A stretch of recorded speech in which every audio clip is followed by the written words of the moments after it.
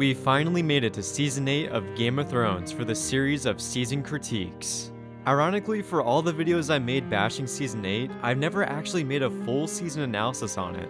For this video though, we'll be going through a coherent dive into the crazy amount of writing flaws that David and Dan have made, and we'll be determining why Game of Thrones Season 8 is the magnum opus of garbage.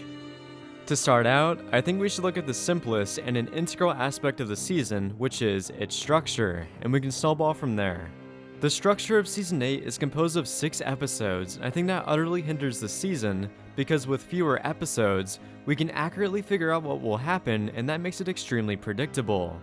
A part of the structural strength from the earlier seasons was that they were made up of 10 episodes, so it was hard to predict the flow of the story. For Season 8 though, you can easily tell what each episode will be composed of. Now this may not seem overly bad per se, but I think a lot of enjoyment comes from not knowing what will happen, because we want to be surprised and amazed. But obviously not in a bad way like killing Rhaegal randomly in an idiotic subvert expectations kind of moment. The reason why the structure is this way in the first place is that David and Dan wanted to finish the show in as few episodes as possible. Which, this then branches into another issue in that the writing is flat out rushed. I went into detail about this for my analysis on Season 7, but any and all those flaws from Season 7 are absolutely amplified for Season 8. And the first issue being the pace. The pace for Season 7 was definitely fast, but the pace for Season 8 is extremely inconsistent as to how fast it can be. Let's take a look at Episode 4 as an example. We start out going from a big funeral to a dinner feast with a lot of developments like Gendry becoming the Lord of the Stormlands, Brienne and Jaime's relationship climaxing quite literally, then to Bronn threatening Tyrion and Jaime for Highgarden, Jon revealing his true identity to Sansa and Arya, Sansa leaking this information, Tyrion then leaking this information, Rhaegal dying, Missandei getting captured, Varys confirming that he's going to betray Dany, and meeting up with Cersei to ask for her surrender. Oh my god. And that's basically just the biggest plot points that happened. Then for the final episode, the pace drastically slows down, which is kind of jarring considering how quickly we were moving through the plot, and now we were getting scenes with filler in them. Like, instead of figuring out what happens to the Dothraki as an example, we get an extended scene of Tyrion fixing chairs. I'd definitely take having a slower pace over speedrunning through the story, but if you're including scenes that have no substance, then you're just wasting everyone's time. That's ridiculous when compared to Season 2 as an example, where there's not a single moment of filler and entire episodes are carried by dialogue scenes alone. The reason why that was possible was that the dialogue was riveting and had so much depth. But in Season 8, the dialogue scenes lack that much depth because David and Dan move on to other scenes very quickly. An example being, Jon telling Daenerys that he is a Targaryen, and the second she brings up a point of conflict and Jon contesting the throne, the scene abruptly ends with the introduction of the White Walkers. Or looking at a smaller example where Daenerys and Sansa are having a conversation together, and just when things are heating up, Theon randomly enters the scene and stops any form of conflict confrontation. This happens quite often for a lot of dialogue scenes, and if they're actively shortened, then this aspect of the show that inherently slows down the pace is made ineffective. Without much exploration and dialogue and a bigger time commitment for them, it makes most of the scenes feel bland because they only fill the basic requirement to move the story forward, while not developing your characters thoroughly. This goes into the next side effect of the rush writing that is by far the most jarring, and that's the utter deterioration of dialogue. For a lot of dialogue scenes, they lack the substance and weight they had in their earlier seasons. One example being Jon reuniting with Arya, which I was really hyped to see them getting back together. They loved each other in Season 1, and Jon was someone who saw Arya for who she really was, and that led to some great chemistry, despite it being brief. But when you look at their reunion, all they do is hug, show off their swords, and then they immediately change the subject to Sansa. The happiness of their reunion fizzles out so quickly and devolves into an awkward exchange of showing off their swords as if they don't know what to say to each other. It feels like David and Dan simply just didn't know how to write this scene, so it's completely devoid of any quality material. Each of these characters have gone on such rich and dark journeys, and finally they meet back up with someone they love, but all David and Dan can muster is a simple hug and looking at swords? Outstanding! Also, on the subject of substance in terms of dialogue, a lot of it is either recycled from the earlier seasons, with a belly full of wine and a girl's mouth around my cock. With a belly full of wine and a girl's mouth around my cock? Men decide where power resides. Power resides where men believe it resides. Power resides where men believe. Shut your mouth. Feels very awkward and stupid. Now Varys' ashes can tell my ashes. See? I told you. Is only there to advance the story, or is horribly misplaced comedic relief. Because I have balls. And you don't. We don't have any thought-provoking conversations that are imbued with rich lore and character building, like in most King's Landing dialogue scenes in the earlier seasons. I only think there's one usage of a literary device throughout Season 8, and that single line stuck out so much because of the pure disparity in quality. The perils of self-betterment. What's she like down there? What? That's not your concern. The earlier seasons had literary devices in spades, and it made the dialogue feel so witty and it had a lot of meaning to be unpacked. Now it's just clear and cut basic trash, and only does the bare minimum to move the plot forward. How did you find each other? We met up at the last hearth. The dead got there first. The big woman's still here? And that's assuming David and Dan are doing the bare minimum, because sometimes they don't even include dialogue scenes where they should be, or are actively cutting them down, which is really sad due to the sheer number of characters in Winterfell. I think one of the worst letdowns in this area that actually made me upset was when David and Dan cut away from telling Sansa and Arya his true identity. This has to be the biggest blue balls of the century. Like, how are you going to cut away during one of the biggest reveals to these two characters who love Jon? The reaction alone to the initial announcement should have been crazy, but we don't even see how they take the information. We are left to assume how Arya and Sansa reacted, which is just horrendous writing. This scene should have been an easy slam dunk, but David and Dan were just too lazy to write it, I guess. And for some other examples where David and Dan took shortcuts in terms of dialogue scenes, we never had Arya and Daenerys meet, Jaime and Bran's confrontation lasts less than 1 minute, David and Dan cut away from Bran and Tyrion's conversation, and we never get a dialogue scene between Sansa and Theon, considering they were really happy to see each other again.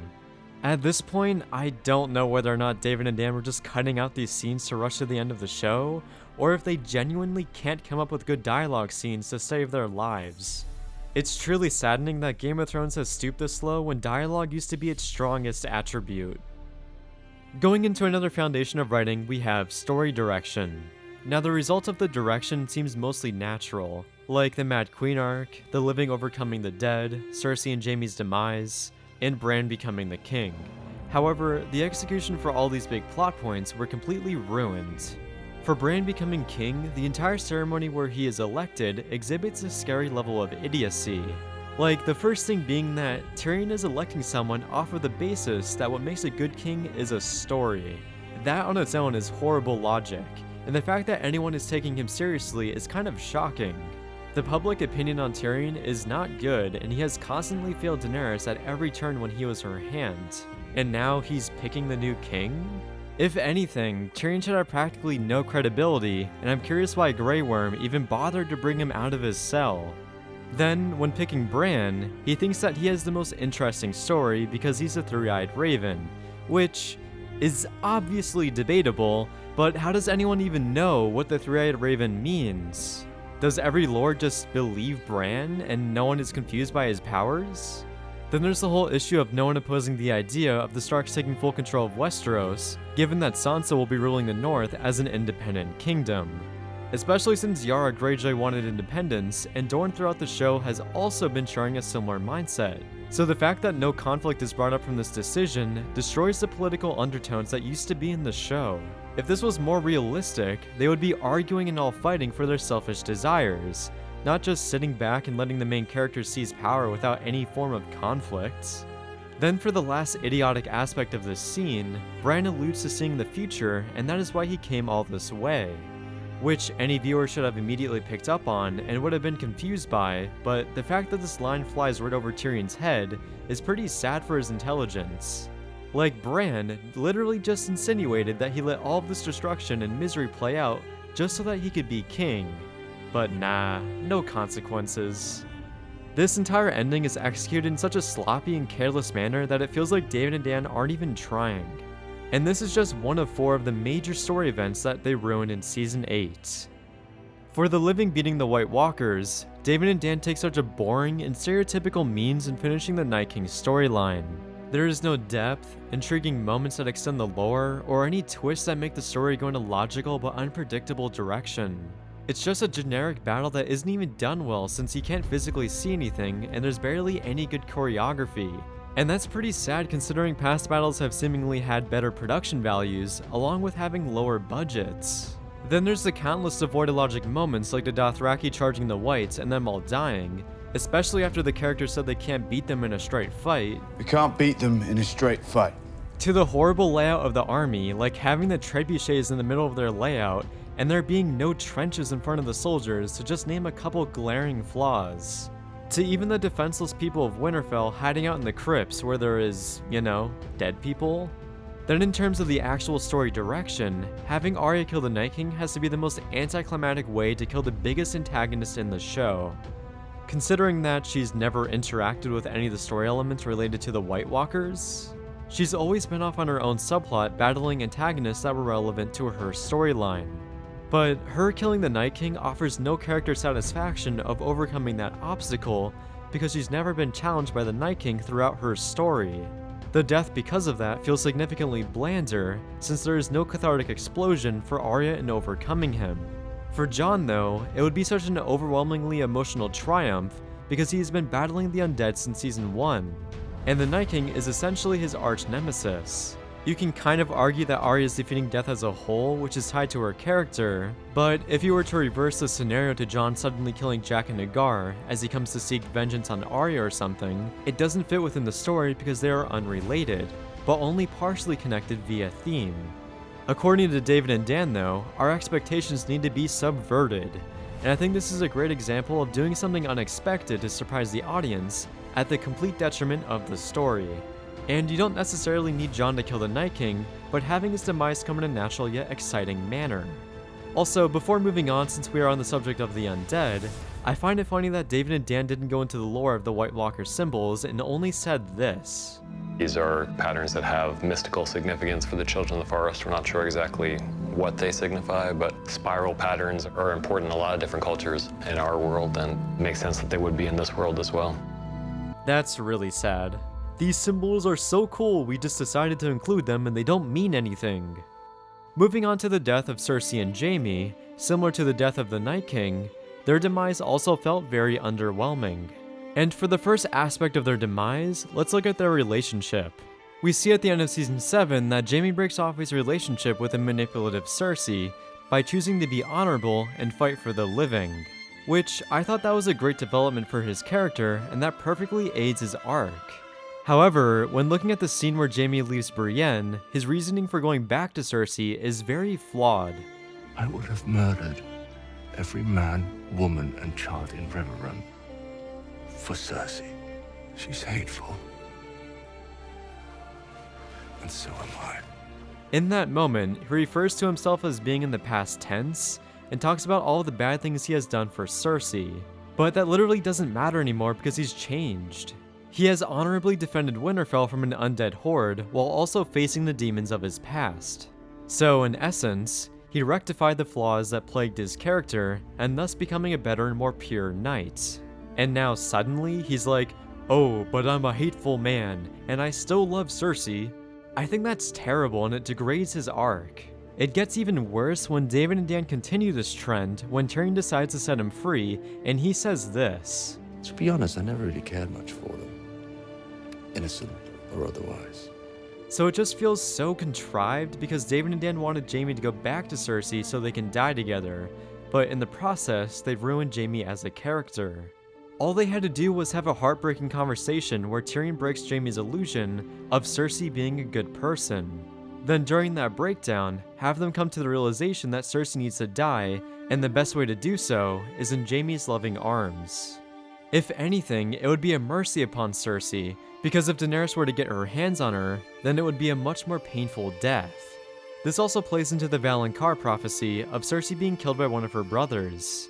So if Cersei and Jaime's death were to play out in this manner, I think their ending would be much more cathartic and satisfying of an ending. because currently they just briefly reconnect. Jaime says the same bullshit about how they are the only ones that matter in the world, again. Nothing else matters. Especially after he said that in season 6. We're the only ones who matter, the only ones in this world. And originally back in season 1, Until you and I are the only people left in this world. Pog, more recycled dialogue, and then they die to a bunch of bricks. How is this in any way a good ending for your characters? Jaime regresses back to where he was in earlier seasons, and Cersei is just on autopilot of shock and sadness the whole time. There is nothing of substance, satisfaction, or any groundbreaking moment or revelation, just a terrible ending to two of the best characters in the show. For the last big story event we'll be looking at, we have the Mad Queen arc. For this arc, I think it mostly went pretty well up until the end, because Daenerys' main goal was to defeat Cersei and to liberate the people of King's Landing. However, when looking at how she carries out that goal, Daenerys unjustly and for no reason kills a bunch of innocent people. This action drastically goes against who she fundamentally was as a character, because her main value throughout the show has always been saving and liberating people held under tyranny. The blood of my enemies, not the blood of innocents. And most of the time, those people wanted to be saved as well, but for King's Landing, the people seem to be worshipping Cersei instead, and this is the main cause that leads Dany to use fear instead of love. This whole aspect of the Mad Queen arc is extremely flawed for two reasons. Firstly, the people of King's Landing should not be worshipping Cersei at all. If anything, they should be scared of her because if she blew up the Sept to get away from her enemies, then what would she do if Daenerys takes hold of the city? Then for the second reason, how can Daenerys be mad at the public of King's Landing for following Cersei if she's actively lying to them and telling them that the foreigners will kill them all? Which Daenerys plays into like an idiot. All she had to do was destroy the Red Keep and defy the expectations of her being a crazy revenge-fueled Targaryen. If anything, she would still be carrying out her revenge, but just not on the people who did her no harm. But hey, David and Dan are taking the every time a Targaryen is born you flip a coin phrase literally, and forgot that Dany is a complex character. Villains aren't black and white, and George R. R. Martin made this very clear with the primary villains being misunderstood. Cersei doing anything to protect her children, Tywin protecting the family's legacy at all costs, or Joffrey growing up with a terrible, dysfunctional family and having to inherit the throne at a young age. Daenerys should have an equally complex turn into being the Mad Queen, but what we get is an underdeveloped mess. And the biggest point of that mess being when she snaps and destroys King's Landing. Because in that moment, there was no inciting incident for her to go crazy.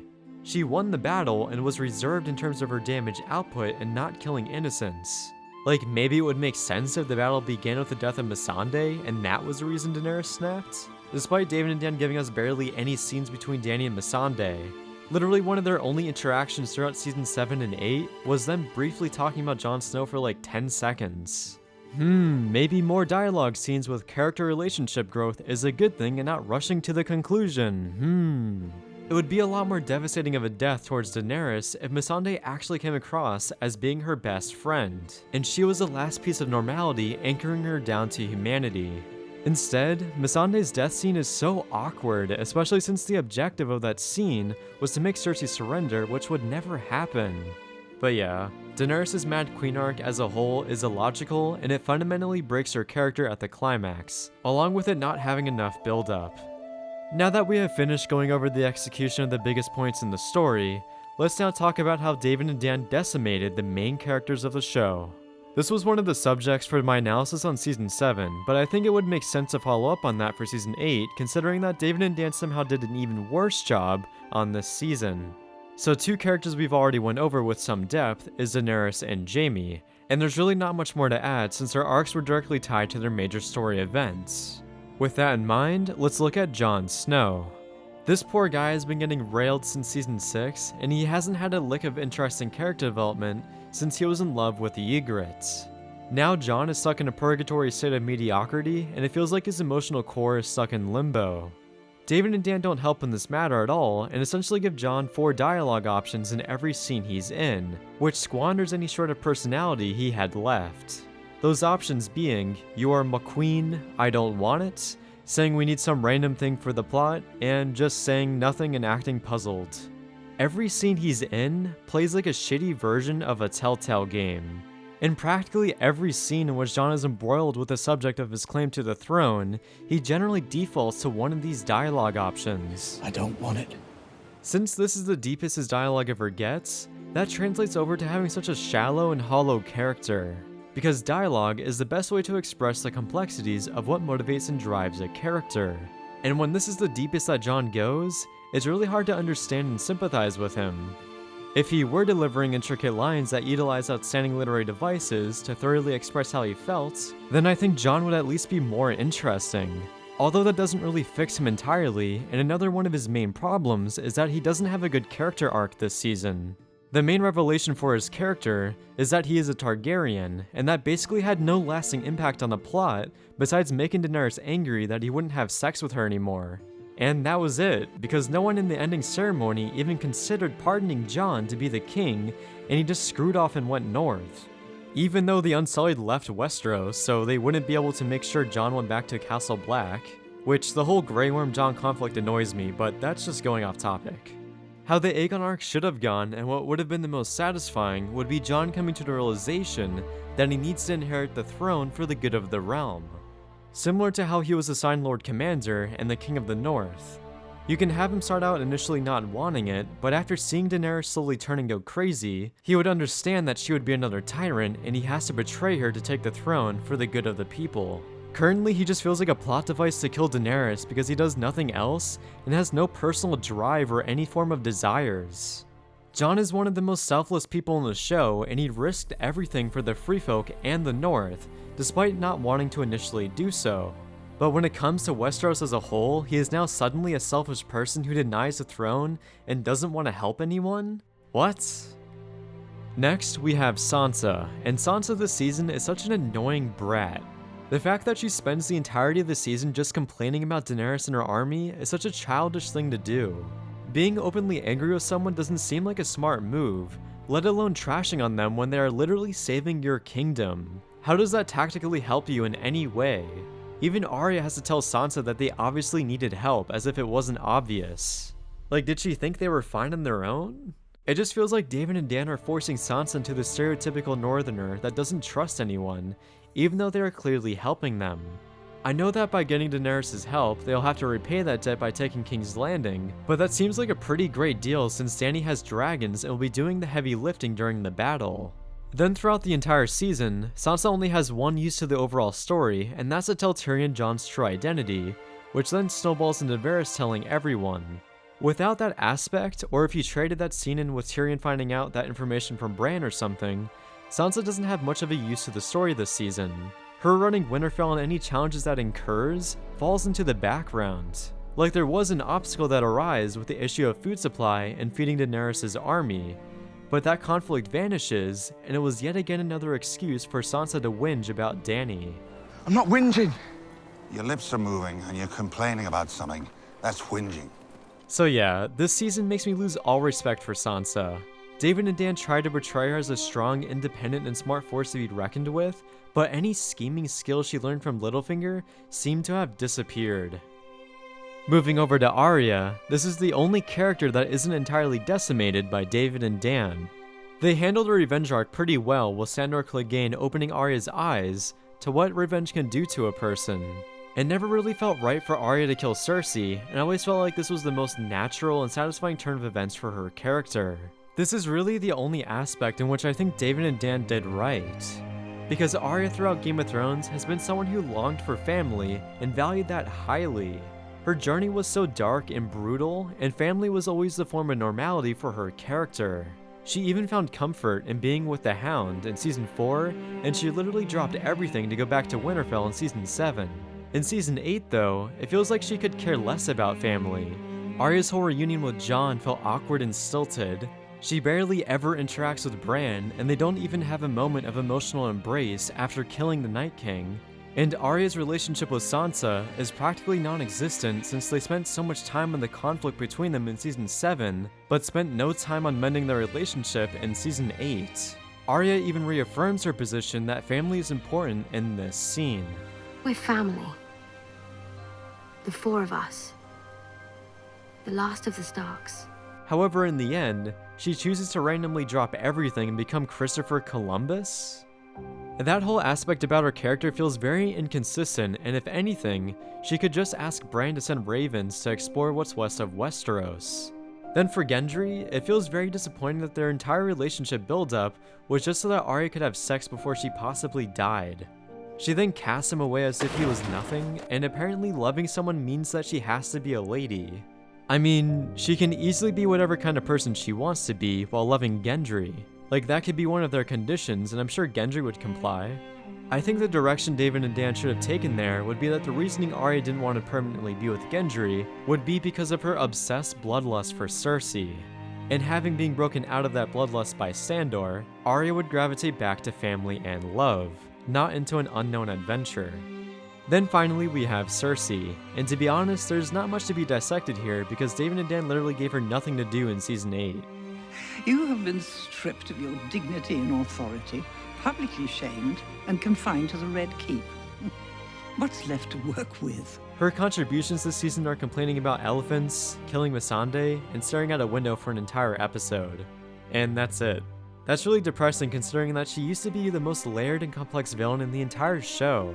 We went from season 5 and 6 of her being a POV character, in which she had a lot of conflict to overcome, to now, her biggest conflict behind the scenes being that the Golden Company didn't bring elephants.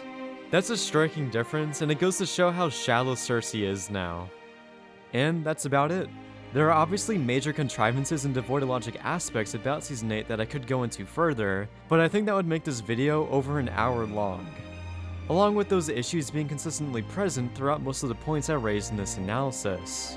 For this series of season critiques, I still have seasons 2 and 3 left, so I'll probably go back to them soon.